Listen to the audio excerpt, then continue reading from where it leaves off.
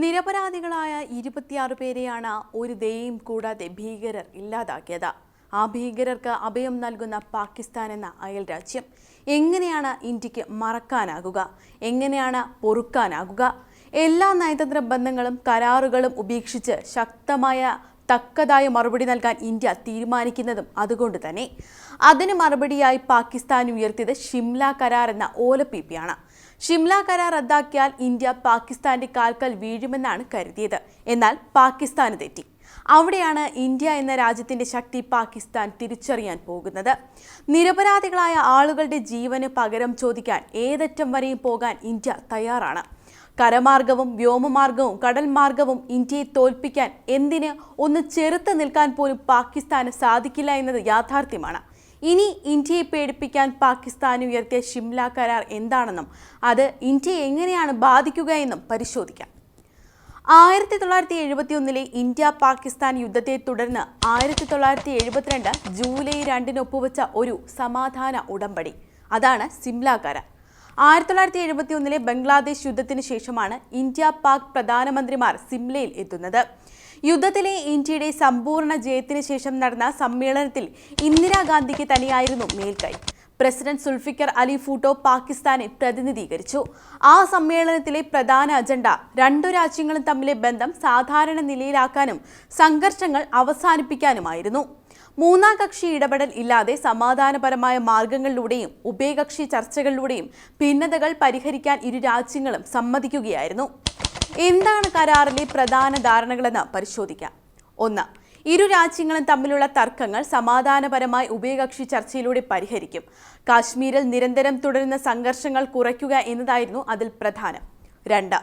1947 ഇരു രാജ്യങ്ങളും തമ്മിലുണ്ടായ യുദ്ധത്തിനൊടുവിൽ 1948 ഓഗസ്റ്റ് 13 പാസാക്കപ്പെട്ട ഒരു പ്രമേയത്തിലൂടെ ഇന്ത്യ പാകിസ്ഥാൻ അതിർത്തിയിൽ 1945 ജനുവരി 5 ഒരു വെടിനിർത്തൽ രേഖ നിലവിൽ വന്നിരുന്നു. ഷിംല കരാർ യാഥാർത്ഥ്യമായതോടെ ഈ വെടിനിർത്തൽ രേഖ നിയന്ത്രണ രേഖയായി ഇരു രാജ്യങ്ങളും അംഗീകരിക്കുകയായിരുന്നു. 3. ഷിംല കരാറിന് ശേഷം യുദ്ധത്തിൽ പിടിച്ചെടുത്ത 13,000 കിലോമീറ്റർ സ്ക്വയർ വരുന്ന ഭൂമി ഇന്ത്യ പാകിസ്ഥാന് വിട്ടുകൊടുത്തു. പക്ഷേ തുർത്തുക്, ദോദങ്, ത്യാക്ഷി, ചലൂങ്ക തുടങ്ങിയ ചില തന്ത്രപരമായ പ്രദേശങ്ങൾ നിലനിർത്തുകയും ചെയ്തു. ഇത് ഏകദേശം 883 കിലോമീറ്റർ സ്ക്വയർ വരും. 4. ബംഗ്ലാദേശിനെ ഒരു പുതിയ രാജ്യമെന്ന നിലയിൽ നയതന്ത്രപരമായി പാകിസ്ഥാനെ കൊണ്ട് അംഗീകരിപ്പിക്കുക എന്ന ചുമതലയും ഷിംല കരാർ നിർവഹിച്ചു. അതിർത്തി രാജ്യമെന്ന നിലയിൽ ഇന്ത്യക്കും ഇത് നിർണായകമായിരുന്നു. ഇതിൽ ഏറ്റവും പ്രധാനമായ ഒന്ന് ഈ ഷിംല കരാർ റദ്ദാക്കുന്നത് എങ്ങനെയാണ് ഇന്ത്യയെ ബാധിക്കുന്നത് എന്ന്. 1. ഇന്ത്യയും പാകിസ്ഥാനും തമ്മിലുള്ള ഉഭയകക്ഷി ബന്ധത്തെ സാരമായി ഇത് ബാധിക്കും. 2. കാശ്മീർ വിഷയം അന്താരാഷ്ട്ര തലത്തിൽ എത്തിക്കാനും മൂന്നാം കക്ഷി ഇടപെടലിനും വഴിയൊരുക്കും. ഈ സാഹചര്യം ഇന്ത്യ ദീർഘകാലമായി ചെറുത്തുനിന്ന ഒന്നായിരുന്നു എന്നതും ശ്രദ്ധേയം. 3. ഈ കരാർ റദ്ദാക്കുന്നതിലൂടെ ധാരണയിൽ എത്തിയിട്ടുള്ള അതിർത്തിയെക്കുറിച്ച് തർക്കങ്ങൾ ഉന്നയിക്കാനും സാധ്യതയുണ്ട്. 4. ഏതെങ്കിലും രാജ്യം സ്വന്തം നിലയ്ക്ക് അതിർത്തിയിൽ മാറ്റം വരുത്താൻ ശ്രമിച്ചാൽ അത് ഗുരുതര പ്രത്യാഘാതം സൃഷ്ടിച്ചേക്കാം. ഇനി ഷിംല കരാർ നിലവിൽ വന്നെങ്കിലും കരാർ അതിന്റെ ലക്ഷ്യം പൂർണ്ണമായി നിറവേറ്റിയിരുന്നില്ല എന്നൊരു ആക്ഷേപവും നിലനിൽക്കുന്നുണ്ട്. അതിനൊരു ഉദാഹരണമാണ് ഇന്ത്യയും പാകിസ്ഥാനും തമ്മിൽ ഇപ്പോൾ നടന്നുകൊണ്ടിരിക്കുന്ന സംഘർഷങ്ങൾ.